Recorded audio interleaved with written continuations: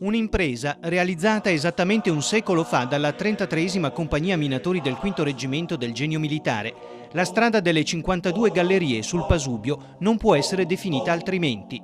Una sfida raccolta prima dal tenente Giuseppe Zappa, ingegnere comandante della compagnia, e poi dal capitano Corrado Piccone. Un ruolo importante lo ebbe anche un ufficiale bergamasco, il tenente Antonio Ortelli, residente in città alla Fara.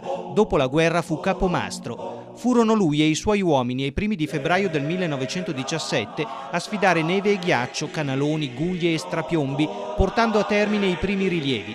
Un articolo pubblicato sull'Eco di Bergamo il 4 luglio 1936 lo indica addirittura tra uno degli ufficiali che si alternarono al comando della compagnia.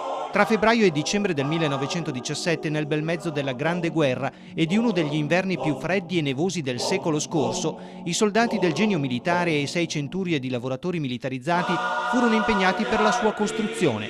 Porta sul martoriato altopiano del Pasubio, uno dei luoghi sacri del primo conflitto mondiale, dove speranze, vite e sacrifici di migliaia di soldati, italiani e austro-ungarici, si fusero nell'immenso dramma della guerra di posizione.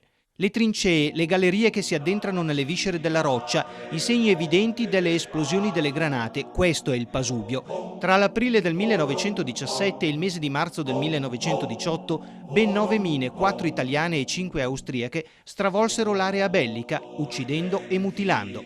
Sotto quel che resta del dente italiano, a poche decine di metri da quello nemico, ancora oggi riposano i 54 militari italiani sepolti da tonnellate di pietre, devastate dai 50.000 kg di esplosivo della mina austriaca del 13 marzo 1918.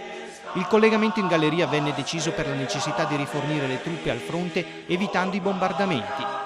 La storia delle 52 gallerie a 100 anni di distanza viene ripercorsa in una mostra che verrà inaugurata a Palazzo Fogazzaro, a Schio, in provincia di Vicenza, il prossimo 25 marzo. Rimarrà aperta fino al 24 settembre.